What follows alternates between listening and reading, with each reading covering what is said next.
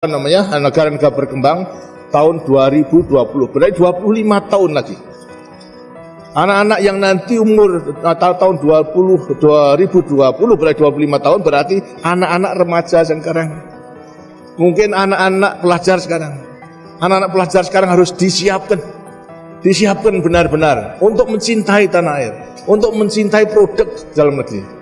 Kalau kemudian lantas di kelak kemudian hari ternyata dalam rangka mempersiapkan kompetisi bersaing dengan bangsa-bangsa lain kita masih kurang, arti kurang baik, kurang sempurna.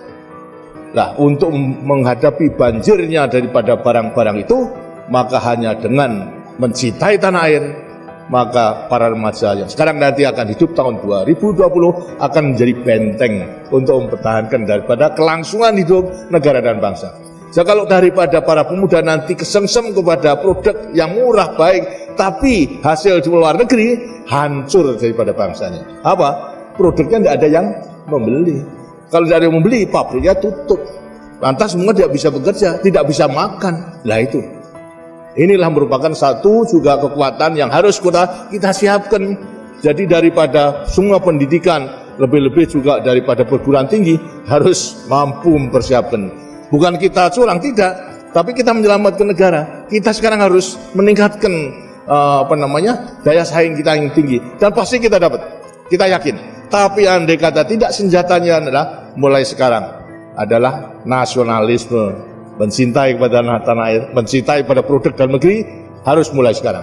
Jangan-jangan mulai sekarang sudah lebih cinta kepada produk import, nah itu sudah melatih diri yang kurang baik gitu. Sekarang harus betul-betul apa yang kurang baik, kali itu merupakan produk dalam negeri, harus kita beli, kita gunakan.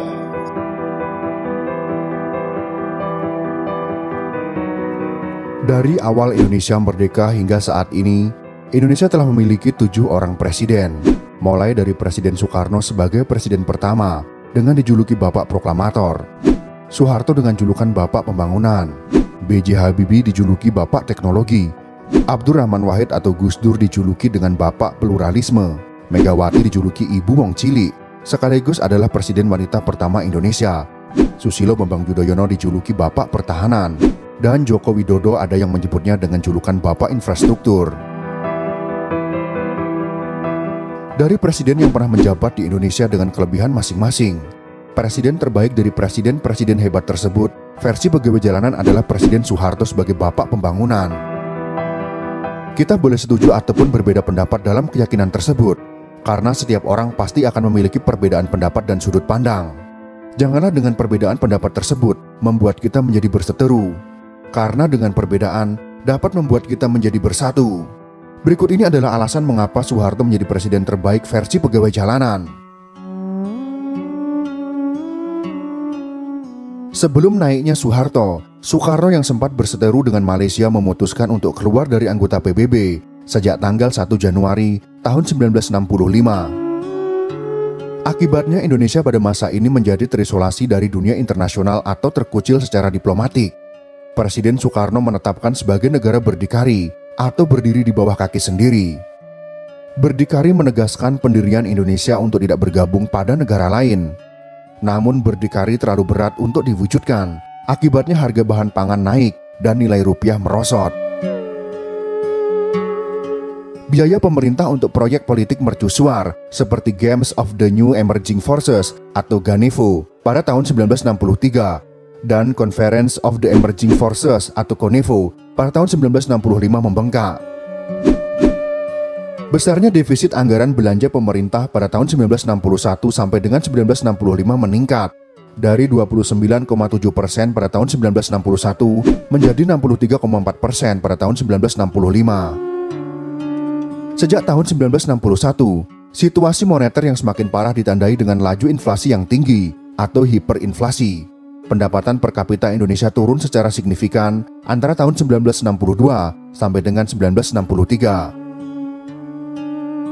Pada tahun 1965, tingkat peredaran uang naik hingga 161%, sementara inflasi mencapai 592%.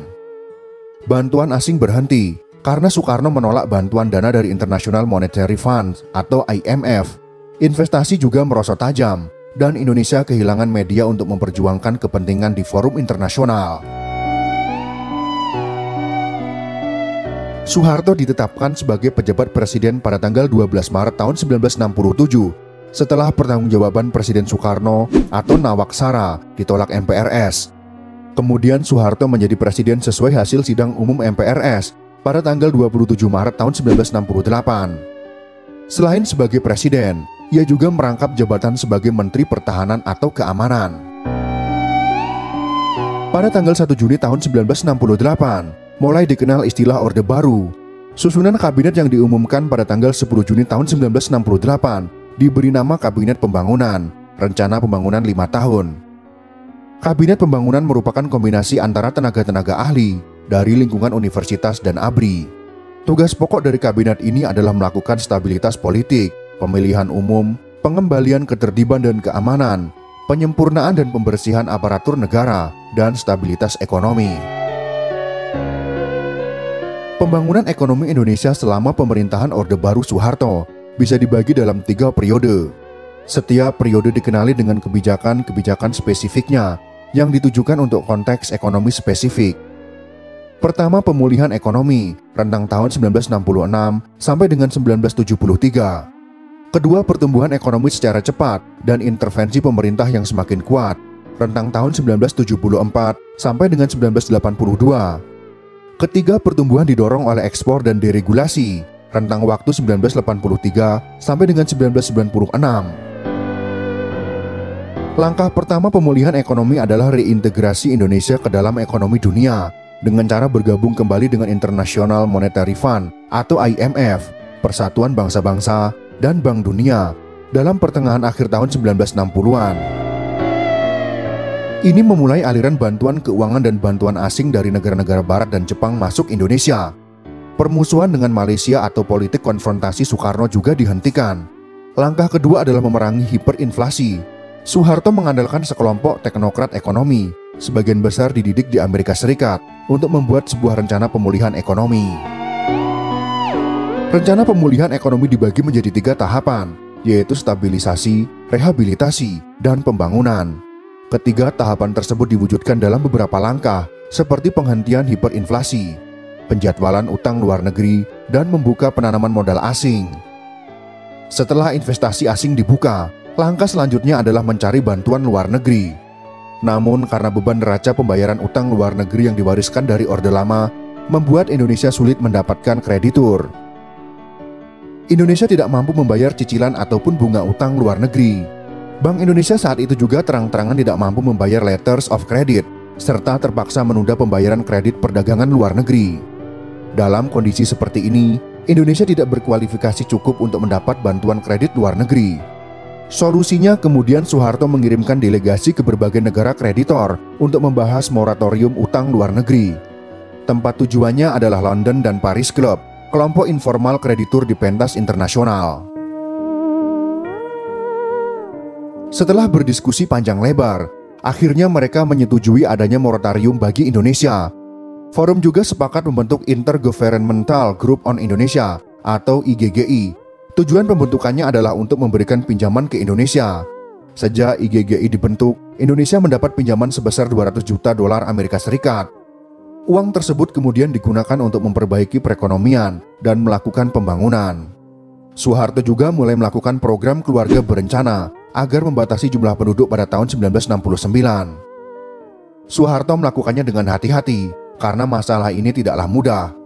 Semua dilakukan untuk mengendalikan angka kelahiran dan mengurangi angka kematian pada bayi dan anak, sehingga meningkatnya taraf kesejahteraan sebagai hasil kemajuan pembangunan dan pelayanan kesehatan. Moto yang sebelumnya banyak anak banyak rezeki mulai berganti dengan moto keluarga kecil bahagia dengan cukup 2 anak saja.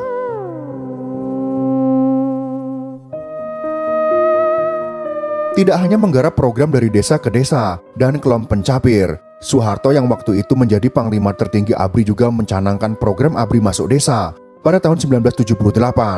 Artinya saat itu ABRI harus menyatu dengan masyarakat untuk bersama-sama membangun di pedesaan dan membantu meningkatkan kesejahteraannya. Personel ABRI diberdayakan untuk melakukan pembangunan di desa-desa, mulai dari irigasi, jembatan, dan lain sebagainya, yang intinya untuk mendukung peningkatan sarana dan prasarana yang betul-betul menyentuh langsung kepentingan dan perbaikan kehidupan masyarakat di